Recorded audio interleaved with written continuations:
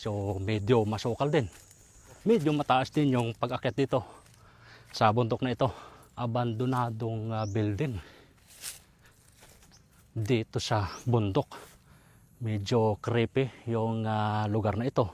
Oh no. Tinatayuan ako ng balahibo.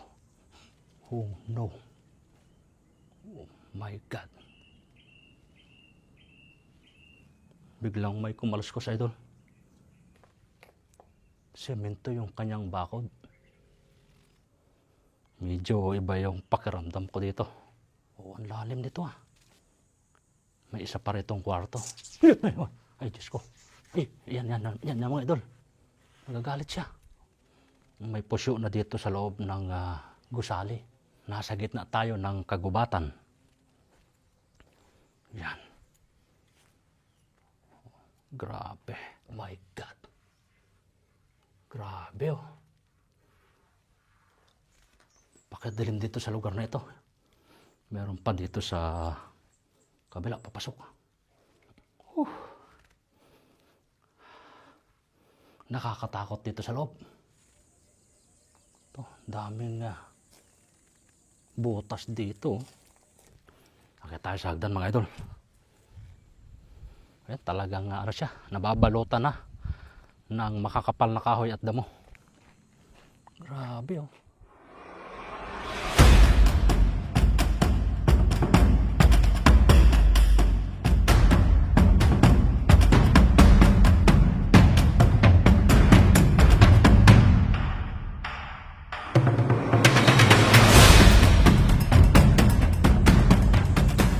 Alright, good day sa inyo mga idol. Ngayong araw na ito ay nandito naman ako sa Mabato, Asopre, Pangil, Laguna. Kung saan ay pupuntahan ko yung abandonadong building dito sa kabundukan ng Pangil, Laguna. Yan, puntahan natin yung abandonadong building dito sa kabundukan ng Pangil, Laguna.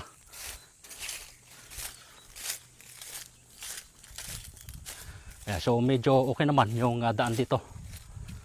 Dahil itong daan ay parang ano siya, yung rough road, no? Bali hindi na lang nadadaanan ng sasakyan. Yan. So medyo masukal din yung daan dito. So hindi ko lang sure kung ito nga ba talaga yung way. Sinundan ko lang itong daan. Nagbabaka sakali na doon nga patungo itong daan na ito. Ayun. Meron ako natatanaw na building. Ito na siguro yun. Yan. Dito ay maahon din. Mataas din, medyo mataas din yung pag-akyat dito sa bundok na ito. Dahil talaga namang pinawisan din ako. At isa pa, dinagdag pa yung init. Yung ito na siguro guys. Oh.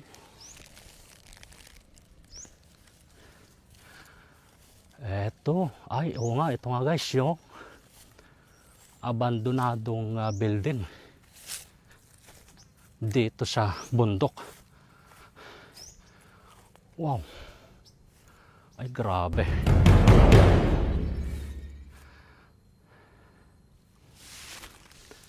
Ganito pala itsura nito. Ay. Grabe dito, idol. Eto pala yung sinasabing abandonadong building dito sa gitna ng bundok. Ayan oh.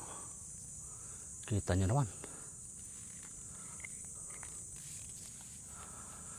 Yan mga idol, nakarating na tayo dito sa abandonadong building. Medyo creepy yung lugar na ito at itong struktura na ito. Dahil bukod sa abandonado siya, ay nasa gitna tayo ng kabundukan. Kita nyo naman itong kabundukan. sa buong paligid ay masukal siya. Dito ay wala akong nakitang tao, wala akong nakasalubong o nakita man lang. At sigurado ay walang nag-standby dito ng mga tao o anuman. Dahil nga ay itong lugar na ito ay nasa gitna ng kabundukan. Ngayon ay umakyat ako dito mag-isa, solo flight ulit. Wala tayong naging kasama at wala nga tour guide dito sapagkat hindi naman ito tourist spot, no, para magkaroon ng tour guide papunta sa building na ito. Ayan, so papasukin natin ito para makita natin kung ano yung nasa loob nito at ano nga ba yung itsura ng loob na ito. Kaya lang talagang creepy itong building na ito. Nakakatakot mga idol. Pero nandito na tayo. Ay tingnan ko na rin kung ano nga ba ang nasa loob nito.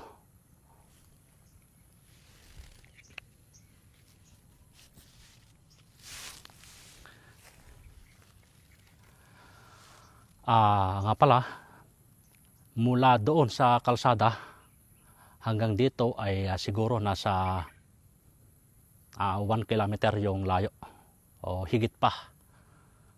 Sa pag-akyat dito ay medyo matarik din at kita nyo naman talagang pinawisan din ako. Ayan, sige, punta na natin kung ano nga ba yung tinatago ng building na ito. My God.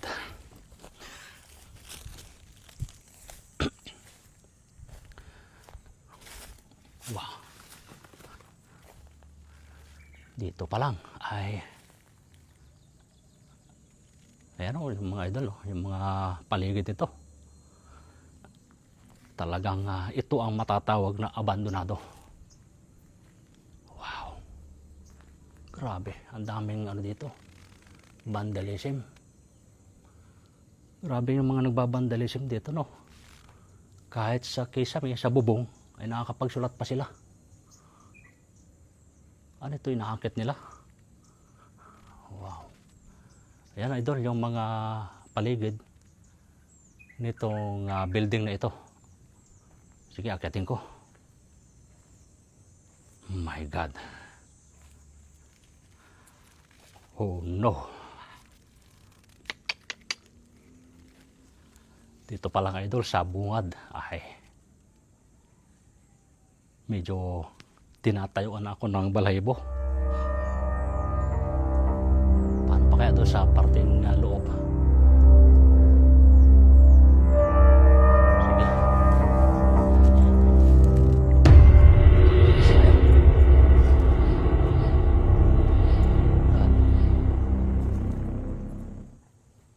Wow. Bakit lupa ito? Ano ito, parang yung sabungan, cockpit.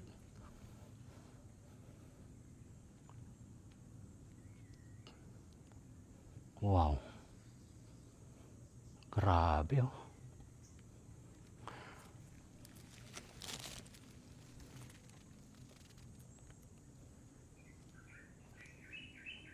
Malupa siya mga idol. Tingnan natin itong kwarto na ito.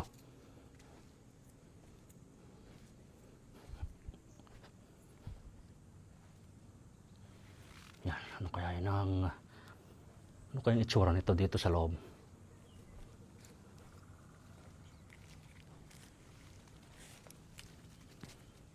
Oh no. Oh my God.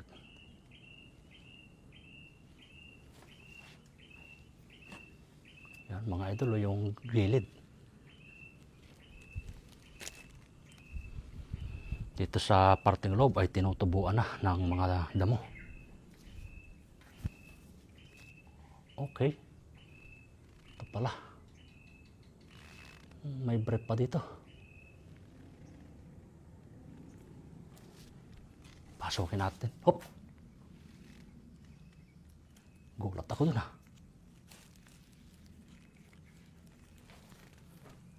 Biglang may kumaluskos, idol. Gulat ako.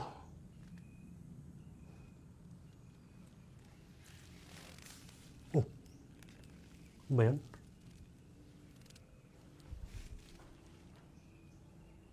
Kada haharap ako dito sa loob, may kumakaluskos sa parting labas.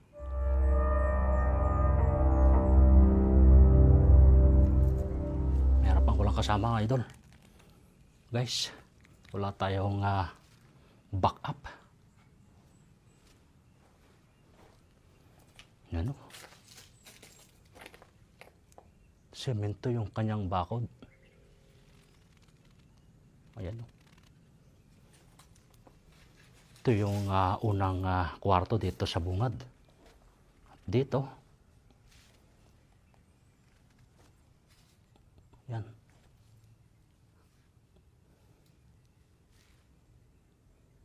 Grabe. Sobrang creepy dito, mga idol, no?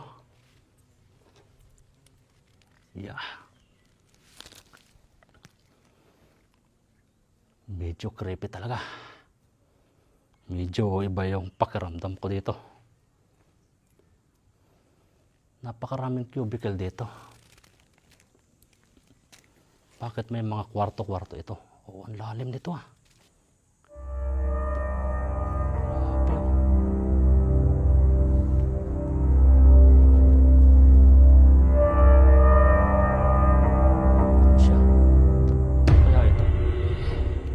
Kasi kung kwarto naman ito, ay maliit naman siya.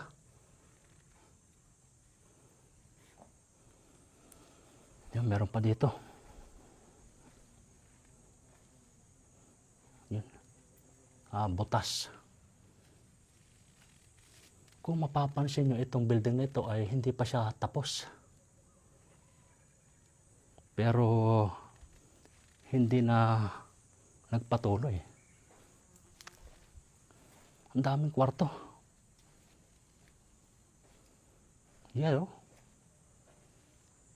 May kwarto pa rito sa loob. Ito. Ay, grabe.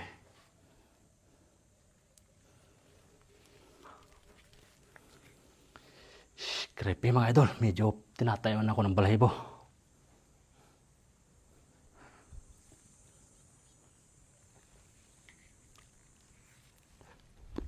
May isa pa ritong kwarto. Ay, Diyos ko. Walang Diyo.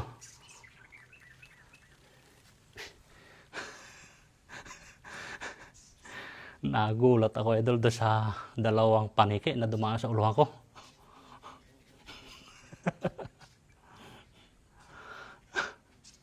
Grabe rin. Wow. Yan mga idol. Nagagalit siya.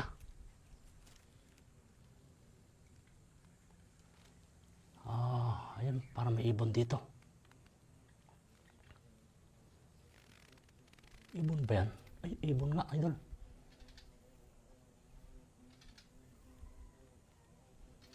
Ano to? Alayang-layang. May pusyo na dito sa loob ng gusali. Punta pa natin yung kabila. May talagang creepy dito, mga idol.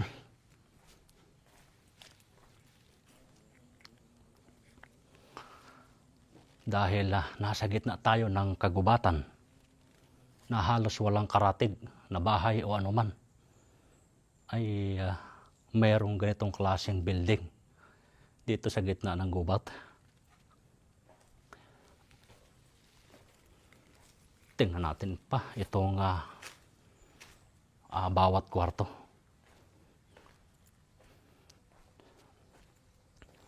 Yan. Grabe. Oh no. Napakaraming kwarto dito. Ito pa. Papasok pa sa loob. Mayroon pang maliit doon. Bakit kaya mayroong ganyan dito? Tingnan natin.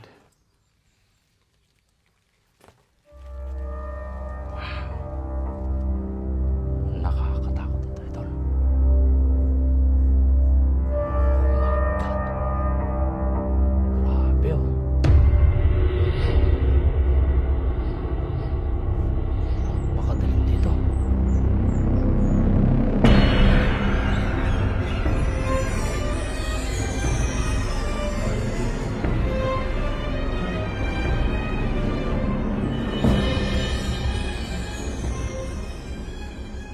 napakadilim dito sa lugar na ito. Itong isang kwarto na ito.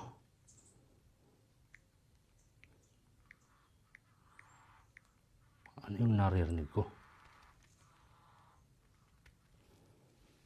Lawan natin ang cellphone, mga idol. Oh my God. Kaya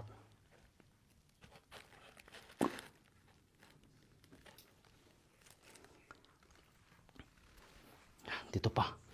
Meron pa dito sa kabila, papasok.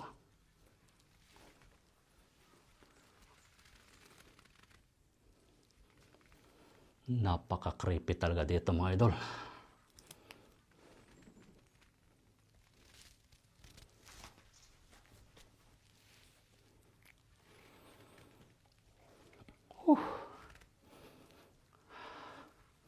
Nakakatakot dito sa loob.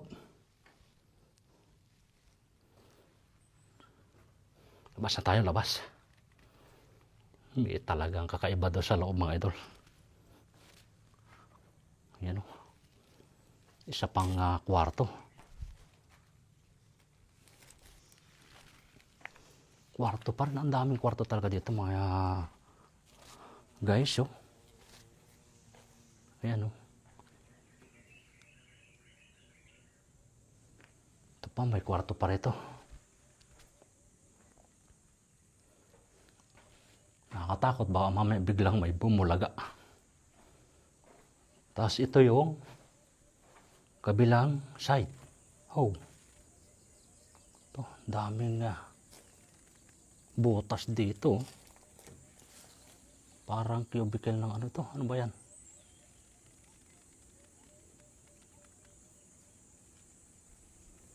Tulad nito.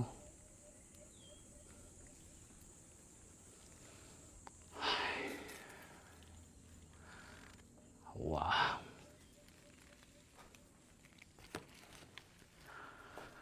Creepy pa guys dito sa lugar talaga.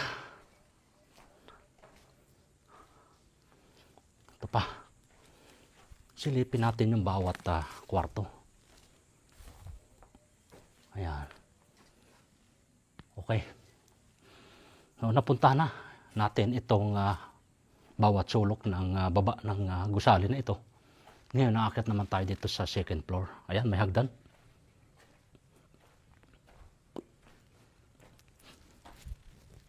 Akit tayo sa hagdan, mga idol. Tibay pa kaya ito? Siguro matibay pa to. Kaya lang, labas na yung mga bakal. Oh. Nasisira na itong hagdan. Ay, grabe.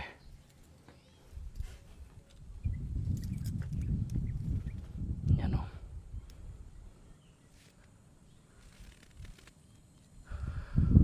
Wow. Pagdating mo naman dito sa ibabaw, ay sulit naman, oh. Sulit ang tanawin naman dito, mga idol, oh. At dito sa lugar na ito, sa ibabaw, ay napakalapad nitong parang helipad o landingan ng helicopter, no? Napakalawak pala ng ibabaw nito, ma.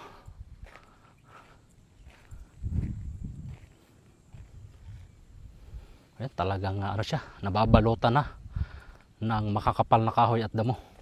Lalong lalo na itong gilid ng building na ito. Yan. Yan, yung kabundukan. Nasa gitna tayo ng gubat ng kabundukan. Mayroon pa rito ano, ngandang tingnan. Parang pinakang tower. Ayan. So itong ang building na ito ay tinatawag na Selecta. Dahil ito yata ay pagmamay-ari ng Selecta Company. Pero hindi na nag-ooperate dito. Bali doon sa nakausap ko sa baba ay isa nga daw itong Selecta Company. Pero bakit ito hindi na nag-ooperate? So wala ring alam yung nandun sa baba na mga nakatira kung bakit nga ba ito natigil. Sinikap kong mag-research sa iba't ibang website, ay halos wala akong makita na informasyon about dito sa history ng building na ito. Siguro ay hindi ito inarehistro ng company ng Selecta sa anumang website sa internet. Yan, kaya hindi natin malaman o limitado lang yung ating impormasyon dito sapagkat wala nga tayong makita. May nakikita tayo pero ano lang, pangkaraniwang ano lang, impormasyon. Wala yung history nitong building na ito. Yan, ang ganda ng paglaligid, idol. Ang ganda ng kabundukan. Tapos dito may hagdan pa, oh.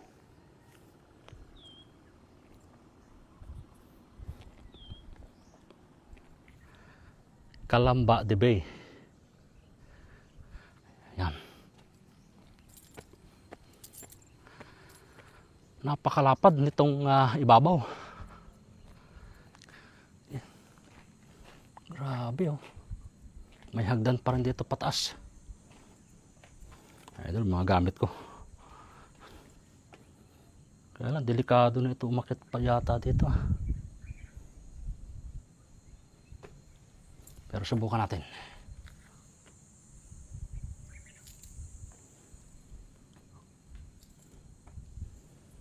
Oh, ang dumi ng ibon. Ng kabag.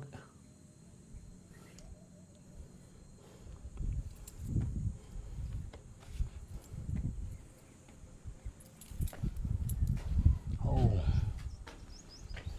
Grabe.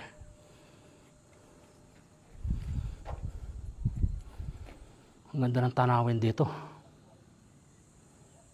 Napakataas din ng lugar na ito. Kitang-kita na yung Laguna Lake. Oh. Itong struktura na ito ay malamang hindi na masyadong matibay. Dahil na-abandon siya, wala nang nagme-maintenance, ay delikado na gumuho ito. Dahil may mga bakal na labas na. Hindi na siya safe.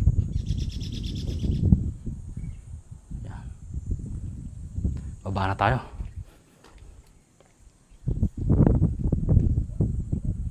Nakakatakot tumungtong pababa dahil kunti na lang yung mga naghahawil dito o nagkakapit sa hagdan na ito. Biglang maputol.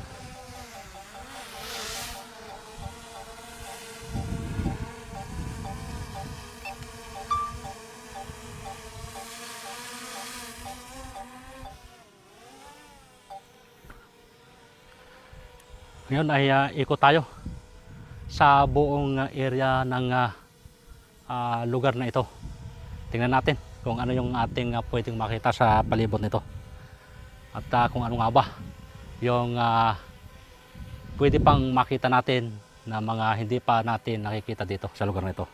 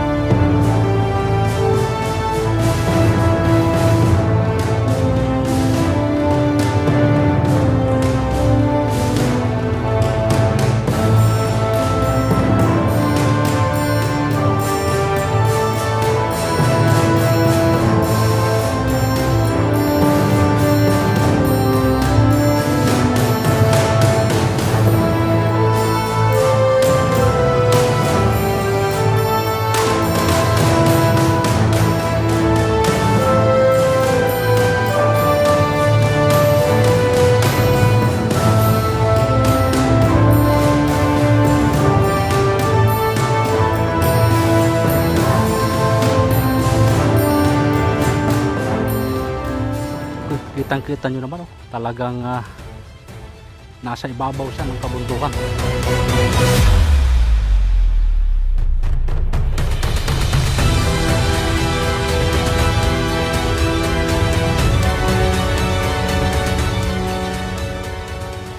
Makikita nyo naman yung inakyat ko papunta dito.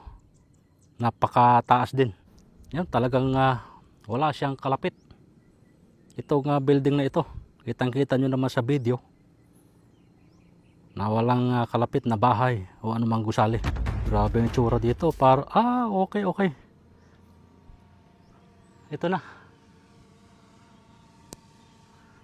Yan, may napansin ako mga idol, no? Sa malayuan. Ayan, babalik natin. Tama, oo. Isa nga pala itong Selecta Ice Cream Company. Tingnan natin, ha. Saan na yun? Biglang nawala. Saan ka na?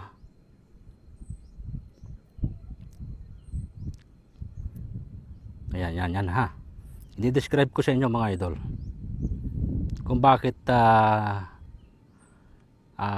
isang patunay na ito ay isang Selecta ice cream, no? Kung sino yung mga mahilig sa ice cream, yung mga bumibili ng ice cream, yung mga pilipig, yan, yung mga ganun, yung mga pinipig. Yan, papakita natin. Naintindihan ko dito sa video. Nag-aalangan ako kung ito nga ba ay Selecta, mayaman yung Selecta, tapos ito maabandonado lang. Ito, ha? Tingnan nyo itong building na to. Siguro alam nyo naman yung mga pinipig na ice cream, no? Mga ice drop. Ito, ha?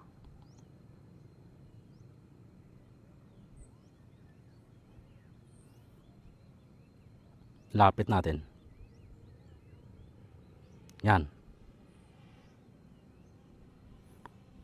Konti pa. Yan.